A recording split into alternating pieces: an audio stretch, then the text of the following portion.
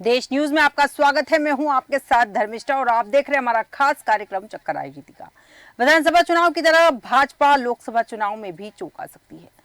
Ticket वितरण को लेकर वह अलग तरह की रणनीति तैयार कर रही है। पार्टी आधे से अधिक सीटों पर चेहरे बदलने की रणनीति पर लगातार मंथन कर रही है। दरअसल सांसदों की 5 सीटें उनके विधायक बनने से खाली है और विधायक बनने की वजह से मुरैना, जबलपुर, दमोह, सीधी और नर्मदापुरम में सांसदों की सीटें खाली है। वहीं कयास लगाए जा रहे हैं कि पार्टी भोपाल, उज्जैन, ग्वालियर, सतना, मंडला, इंदौर, टीकमगढ़, विदिशा, खंडवा, सागर और भिंड लोकसभा चुनाव में भाजपा टिकट बदल सकती है। इस मामले को लेकर भाजपा का कहना है कि चुनाव में पार्टी के सभी चेहरे चमकदार, स्वच्छ छवि और जनता के चहेते चेहरे होंगे। सब प्रधानमंत्री नरेंद्र मोदी की नीतियों को आगे बढ़ाएंगे। भाजपा कयास पर नहीं चलती है, संगठन से चलती है। समय आने पर संगठन निर्णय लेगा। और दूसरी ओर कांग्रेस का कहना है कि चेहरे तब बदले जाते हैं जब चेहरे दागदार हो जाते हैं। लोकसभा चुनाव 2024 के शेड्यूल का ऐलान मार्च के पहले सप्ताह तक हो सकता है और भाजपा उससे पहले ही बड़ी संख्या में टिकटों का फैसला कर लेना चाहती है ताकि उसके उम्मीदवारों को तैयारी के लिए पर्याप्त समय मिल सके।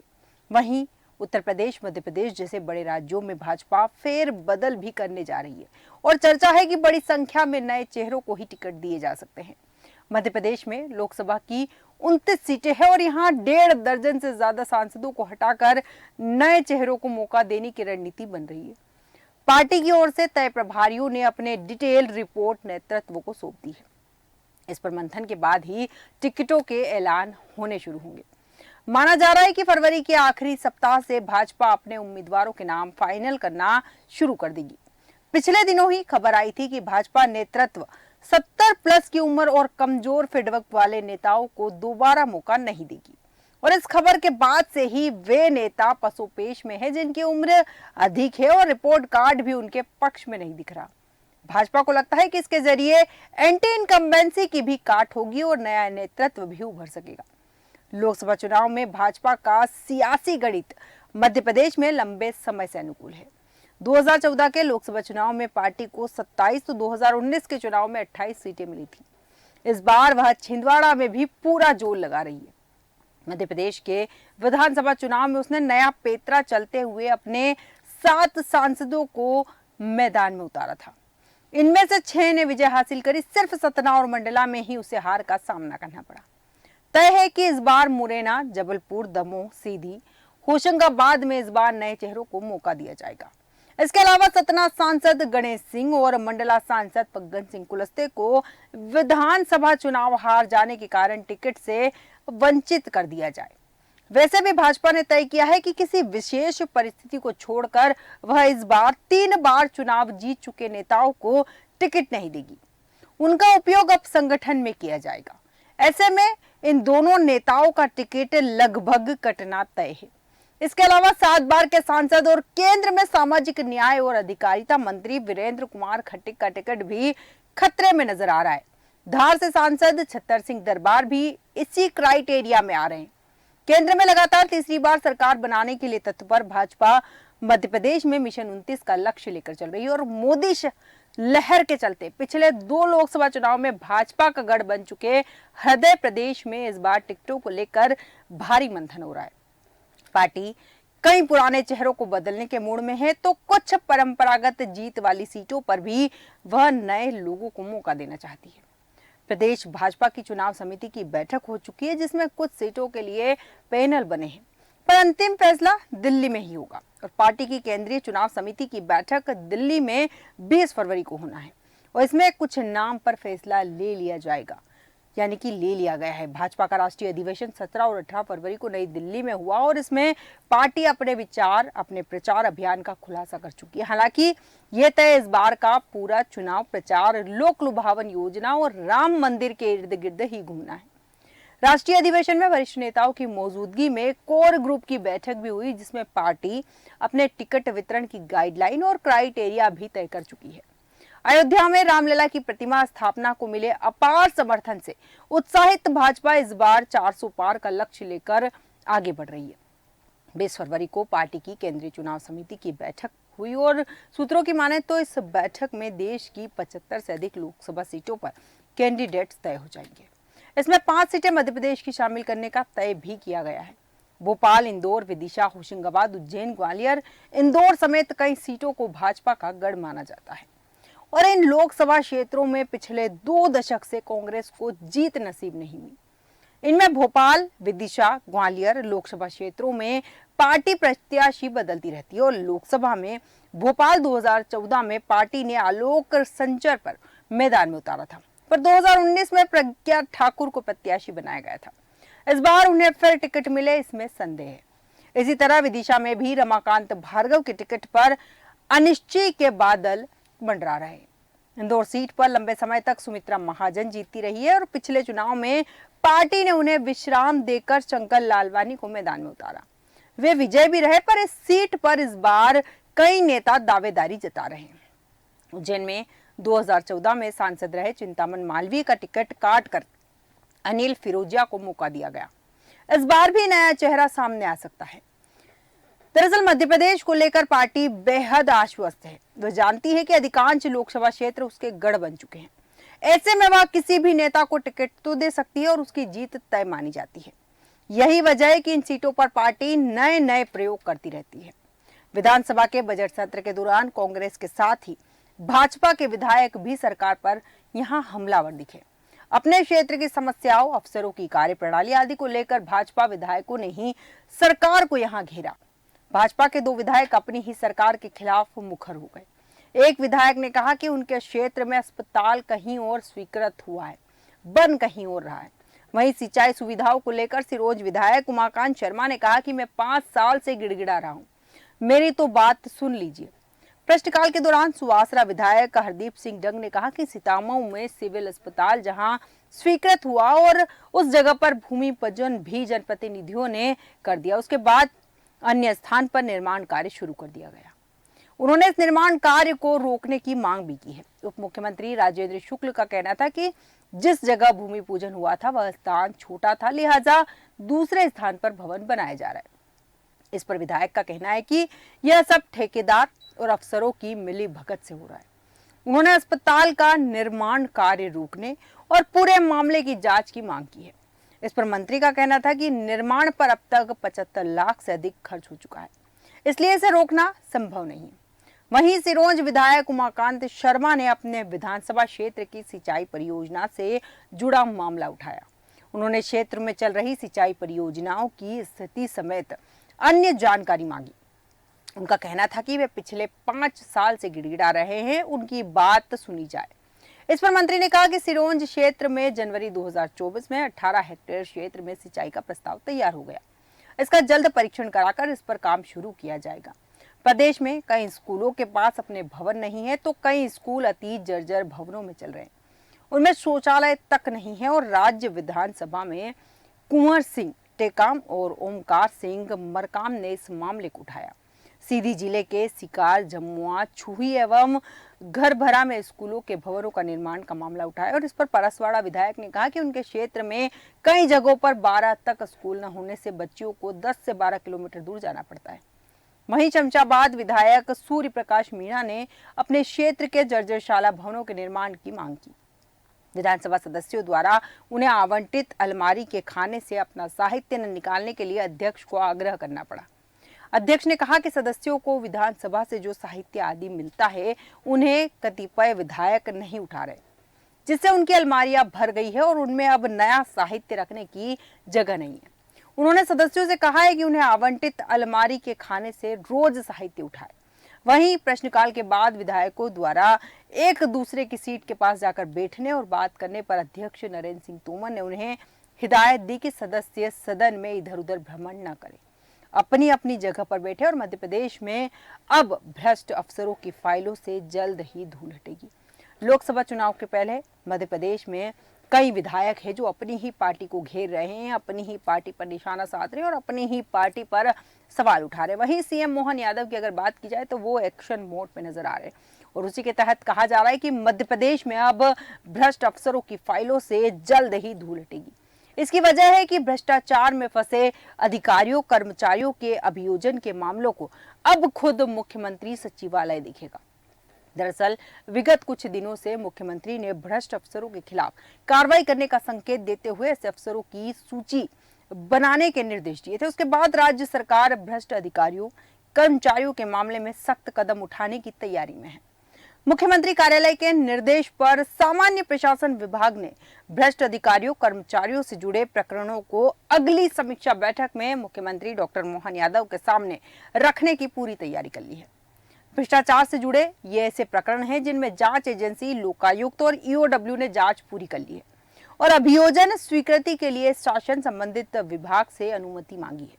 लेकिन अनुमति के इंतजार में इन भ्रष्ट अधिकारियों कर्मचारियों के प्रकरण न्यायालय में पेश ही नहीं हो पा रहे। ऐसे में सभी प्रकरणों पर मुख्यमंत्री जल्द ही बड़ा निर्णय ले सकते हैं। प्रदेश में भ्रष्ट अफसरों के खिलाफ लोकायुक्त और ईओडब्ल्यू में एफआईआर दर्ज है, लेकिन इन अफसरों के खिलाफ पिछले कई सालों से अभियोजन की मंजूरी ही नहीं दी गई। इससे सरकार की जमकर किरकिरी तो हो ही रही है। इसलिए इस मामले को मुख्यमंत्री ने गंभीरता से लिया है और अभियोजन के मामलों को देखने का निर्णय लिया है। मुख्यमंत्री सचिवालय के इस कदम से जहां भ्रष्टाचार के मामले में फंसे अफसरों की चिंताएं बढ़ गई है, वहीं लोकायुक्त और ईओडब्ल्यू के अफसरों को उम्मीद है कि अब जल्द से जल्द अभियोजन की स्वीकृति मिल जाएगी। बता दें कि कांग्रेस सरकार पर अनियमितता के दोषियों को बचाने के लिए अभियोजन की स्वीकृति न देने का आरोप कई बार लगाया है। इसके बाद मुख्यमंत्री डॉक्टर मोहन यादव ने इसकी समीक्षा की थी। इसके बाद जीएडी ने भ्रष्टों की सूची बनानी शुरू कर दी। जानकारी के मुताबिक लोक निर्माण विभाग, लोक स्वास्थ्य यांत्रिकी विभाग, पंचायत एवं ग्रामीण विकास विभाग, नगरीय प्रशासन विभाग, राजस्व विभाग, कृषि विभाग, शिक्षा विभाग, आबकारी, स्वास्थ्य एवं अन्य विभाग के मामले लंबित थे। वरिष्ठ अधिकारी एवं जनप्रतिनिधियों से जुड़े मामले भी लंबित थे। समीक्षा बैठक में इन पर चर्चा होगी और मंत्रालय सूत्रों ने बताया कि जांच एजेंसियों के जांच प्रस्ताव के बाद भी विभागों ने अलग से जांच कराई है।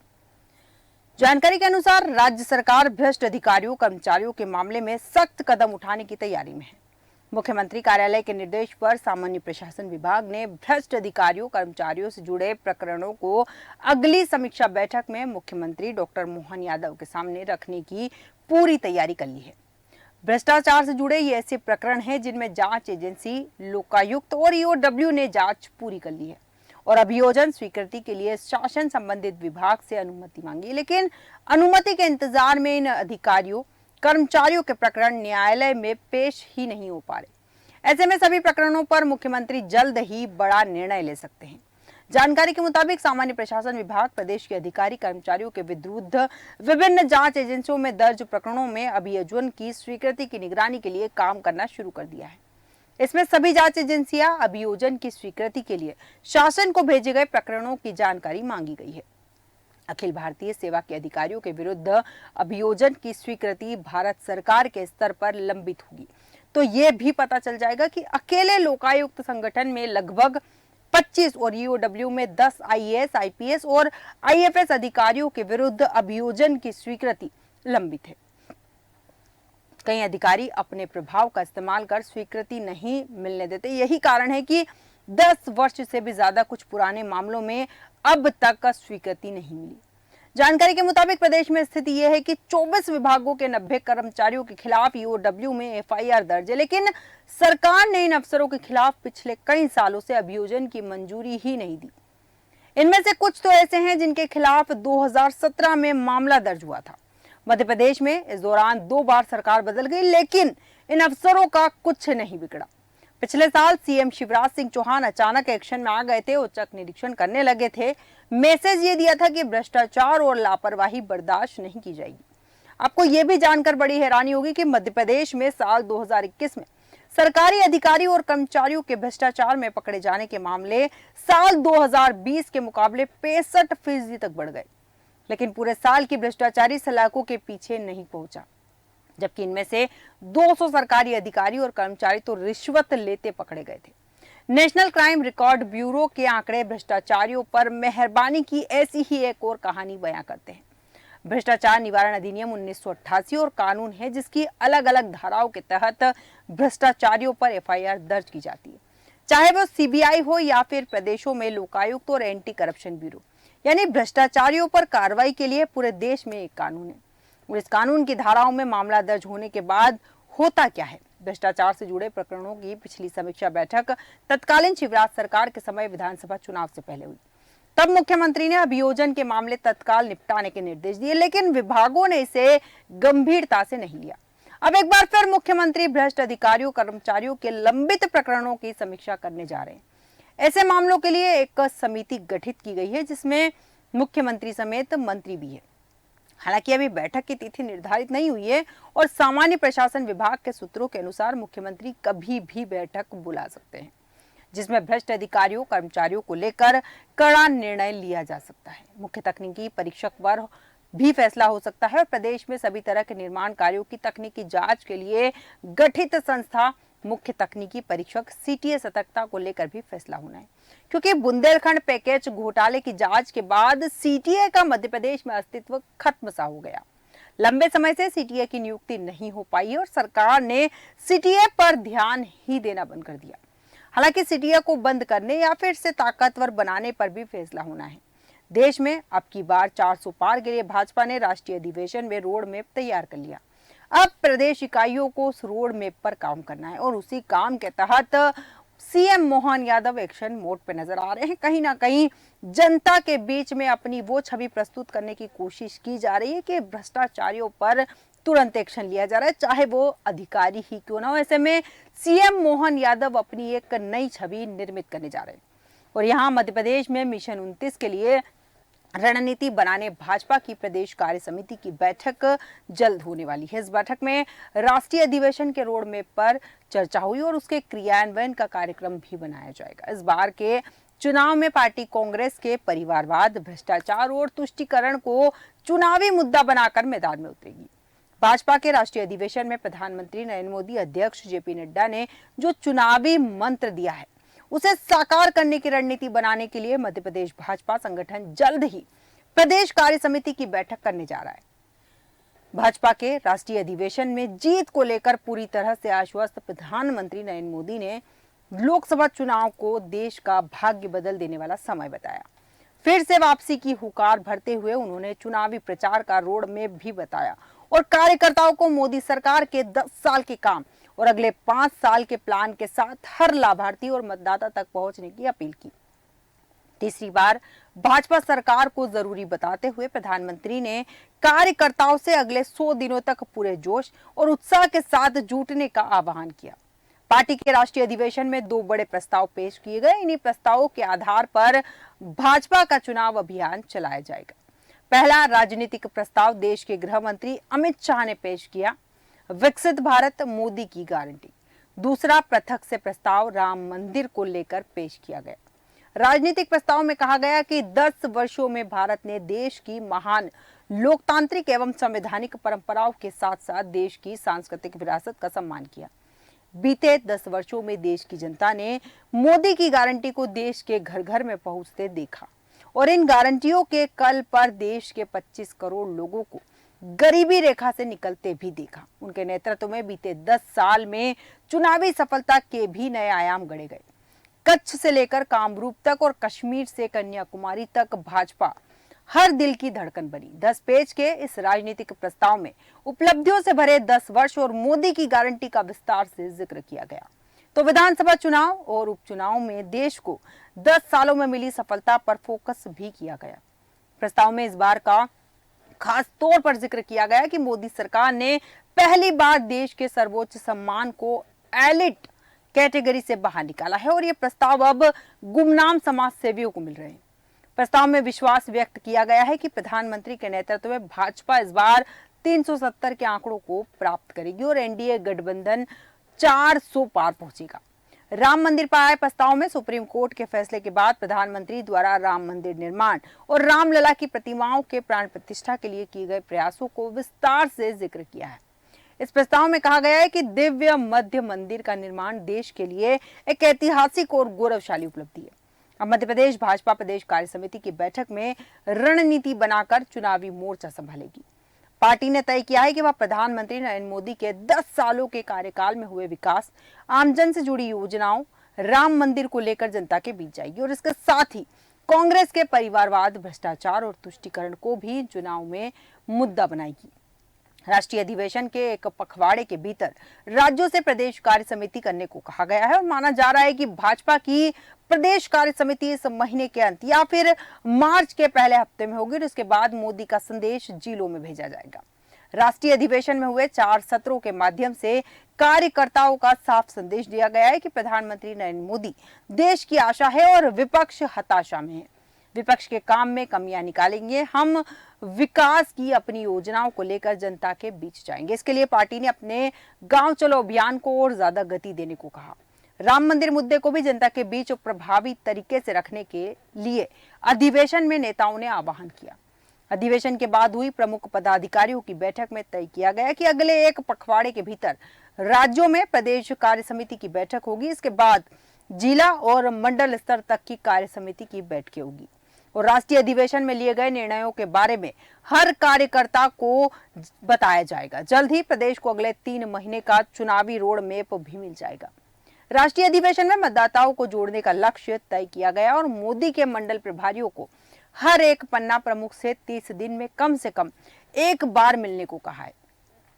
पीएम मोदी चाहते हैं कि भाजपा हर वोटर तक व्यक्तिगत तौर पर पहुंचे। इसके लिए सभी नेताओं, कार्यकर्ताओं को हर बूथ पर 370 वोट बढ़ाने को कहा गया और देश में 10,35,000 बूथ है, यानी एक लोकसभा क्षेत्र में करीब 1900 बूथ। अगर हर बूथ पर 370 वोट जोड़े गए तो एक लोकसभा क्षेत्र में 7 लाख वोट जोड़ने होंगे और पूरे देश में 38 करोड़ वोटर जोड़ने होंगे।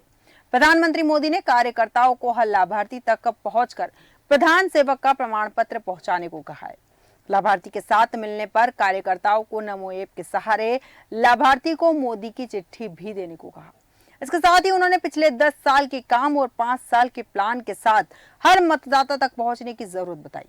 उन्होंने कहा कि मतदाताओं को संपर्क के समय पंथ परंपरा को दरकिनार रखना होगा और किसी कारण यदि कोई मतदाता अभी तक भाजपा के साथ नहीं जुड़ पाया है तो उन्हें भी इस बार साथ में जोड़ने के लिए काम करना होगा।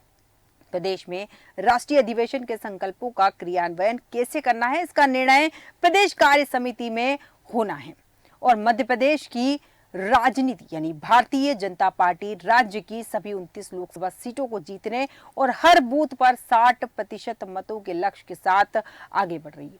अब देखना दिलचस्प होगा कि भाजपा की रणनीति कितनी सफल हो पाती है और लोकसभा चुनाव में भाजपा को कितनी सफलता मिलती है। हमारे आज के खास कार्यक्रम में इतना ही। बने रहिए देश न्यूज के साथ।